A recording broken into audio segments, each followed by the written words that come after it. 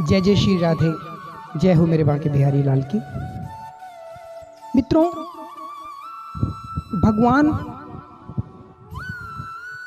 स्वयं भक्तों की सेवा में पहुंच जाते हैं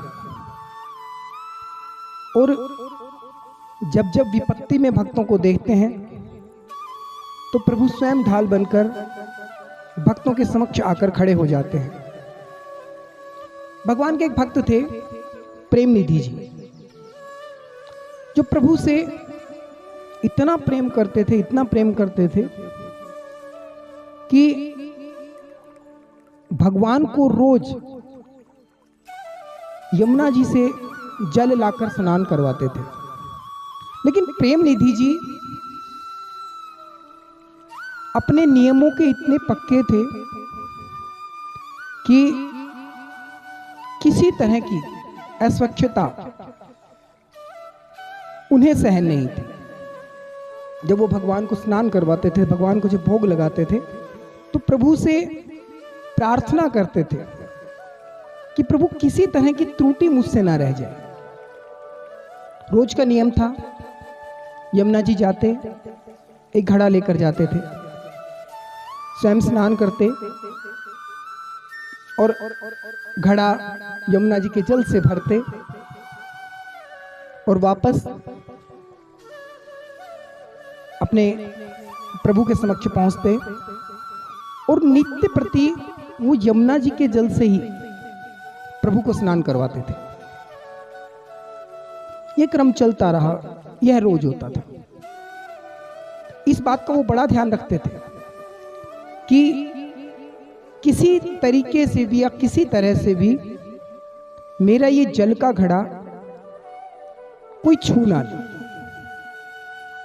वो इतना स्वच्छता का ध्यान रखते थे और इसी कारण से सभी के उठने से पहले यो यमुना जी पहुंच जाते और यमुना जी का जल उस गगरी में भरते और सबके उठने से पहले, यहां तक कि सूर्य भगवान के उठने से भी पहले, वो जल अपने आश्रम में ले आते थे। समय चलता रहा। एक बार रात को बरसात होना शुरू हुई और इतनी तेज बरसात हुई कि पूरे के पूरे मार्ग में पानी भर गया। क्योंकि व्यवस्थाएं इतनी थी नहीं उस समय पे, रोड जो थे वो पक्के नहीं थे, सब रज के ही थे, सब मिट्टी के ही थे। लेकिन प्रेम निधि जी ने संकल्प किया कि प्रभु सुबह तक बरसात रुक जाए तो अच्छा है, क्योंकि मेरा संकल्प टूट जाएगा जो मैं आपको यमुना जी के जल से स्नान करवाता हूं, तो शायद मैं किस तरह जा पाऊंगा मुझे नहीं पता, लेकिन ये व्यवस्था आप करना। मित्रों, सुबह तक बरसात होती रही और इतनी तेज बरसात हुई कि पूरे के पूरे मार्ग पर पानी भर गया। सुबह प्रातःकाल वो उठते ही उन्होंने घड़ा उठाया और जैसे आश्रम से बाहर जाने को हुए, अब वो वहां की स्थिति देखते हैं, सब जलमग्न हो गया, सब पानी भरा है कि मैं जाऊं तो जाऊं कैसे। प्रभु के मंदिर में आए, प्रभु से प्रार्थना की कि कुछ तो व्यवस्था करो, मुझे यमुना जी जाना है, स्वयं स्नान करके मैं आपके लिए जल लेकर आऊंगा, तभी मैं आपको स्नान करवा पाऊंगा। बाहर जाते फिर अंदर जाते, लेकिन किसी तरह का कोई उनके पास में व्यवस्था नहीं थी। कोई मशाल या कोई, उस समय पे कोई ऐसी सुविधाएं भी नहीं थी कि थोड़ा सा रोशनी कर सकें। तो जो विद्युत चलित जो बैटरी वगैरह है वो भी उस समय पे उनके पास में नहीं थी। अब उन्होंने आंखें बंद की और कहा, जैसी प्रभु की इच्छा, जल तो मैं लेकर आऊं। घड़े को अपने कंधे पर रखा और प्रेम निधि जी चल दिए यमुना जी का जल लेने के लिए। एक कदम भी उन्होंने अपने कुटिया से बाहर नहीं रखा था कि एक 11-12 साल का बच्चा एक मशाल लेकर आ रहा है, लाल रंग की पगड़ी पहनी हुई है और जल्दी जल्दी चल के आ रहा है। प्रेम निधि जी ने प्रभु को धन्यवाद किया कि चलो इसके सहारे जहां तक ये जाएगा वहां तक तो मैं इसके पीछे पीछे चलूंगा तो मुझे थोड़ी रोशनी मिलती रहेगी, और कीचड़ इतना है कि मैं फिसलन से बच जाऊंगा, मैं यमुना जी तक तो पहुंच ही जाऊंगा। मित्र, वो बच्चा आगे आगे चलता है और प्रेम निधि जी उस मशाल की रोशनी में उसके पीछे पीछे चल पड़ते हैं।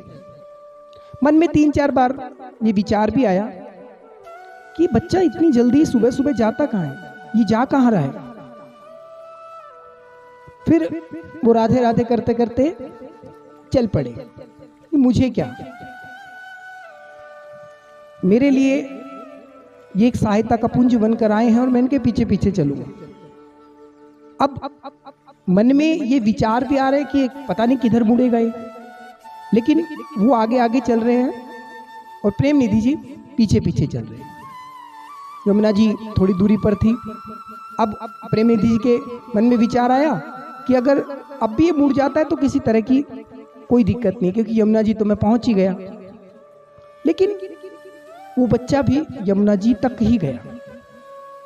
प्रेम निधि जी के अब मन में एक विचार आया कि ये है कौन। फिर उन्होंने अपना घड़ा रखा, यमुना जी में स्नान किया। उधर देखते हैं तो वो बच्चा भी स्नान कर रहा है यमुना जी में। अब इन्होंने अपना घड़ा उठाया, यमुना जी में जल का घड़ा भरा कंधे पर रखा और चलने को हुए तब तक वो बालक भी स्नान करके और अपने वस्त्र पहनकर निकल पड़ा। अब प्रेम निधि जी मन ही मन विचार करते, प्रभु आप जानो आपकी माया कि मैं नहीं जानता ये बालक कौन है, पर मेरे लिए ये एक सहायता बनकर आया है। और उसके पीछे पीछे फिर चल पड़े। 3-4 बार मन में विचार भी आया कि मैं पूछूं तो सही कि बालक है कौन, और इस समय इतनी प्रातः ये यमुना जी में किस लिए आया है। पर बाद में सोचा मुझे किसी के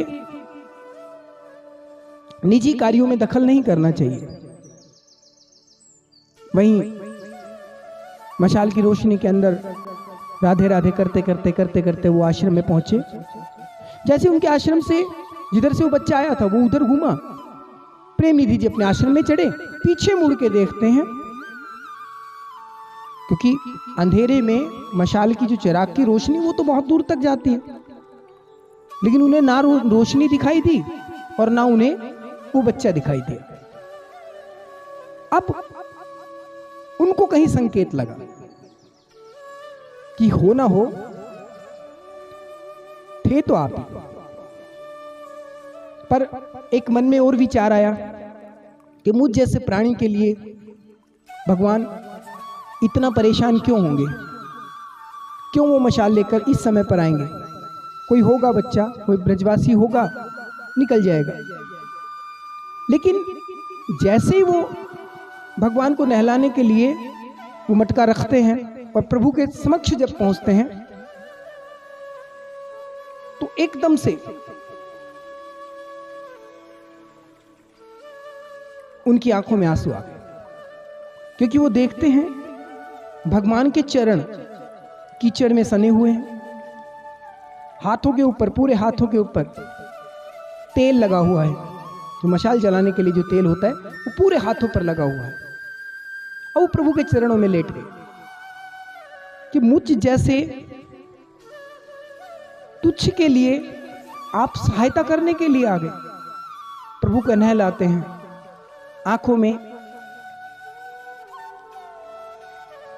जल की धाराएं बह रही है और प्रभु का मन ही मन गुणगान करते कि आप कितने कितने करुणा भरे हो। आपने इतनी बड़ी कृपा की और मैं दर्शन भी नहीं कर पाया, क्योंकि मैं आपको साधारण बालक समझकर और सिर्फ उस चिराग की रोशनी में मैं आपके पीछे पीछे चलता रहा। प्रभु ढाल बन जाते हैं, स्वयं साक्षात प्रभु वहां पर प्रकट होते हैं, प्रेम निधि जी को दर्शन देते हैं। और अब प्रेम निधि जी प्रभु का गुणगान करते हैं। उनका गुणगान सुनने के लिए बहुत से लोग उनके आश्रम तक पहुंचने लगे, क्योंकि उन्होंने स्वरूप देखा था। उसी स्वरूप का जब गुणगान करने लगे तो लोग साक्षात प्रभु के दर्शन करते थे उनकी वाणी से। ऐसे ऐसे भक्त भगवान के हुए हैं। हम ऐसे परम संत को मन ही मन प्रणाम करते हैं कि हमारे ऊपर भी प्रभु ऐसी कृपा करे। राधे राधे। प्रभु आप सभी के ऊपर अपनी कृपा बनाए रखें। जय जय बांके बिहारी, जय जय राधा वल्लभ जी।